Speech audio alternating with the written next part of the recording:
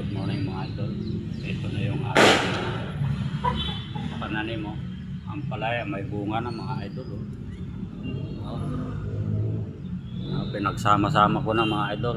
Pati itong mga talbos ng kamote. Ito pinaakyat ko na. Tsaka alotbate mga idol. Yung papaya natin wala na pagkamatay. Tsaka itong sitaw natin wala na. Ayan na lang natira mga idol. Nakakalibre na tayo ng pangsigang mga idol. Diba? Hanggang doon sa taas. Ayan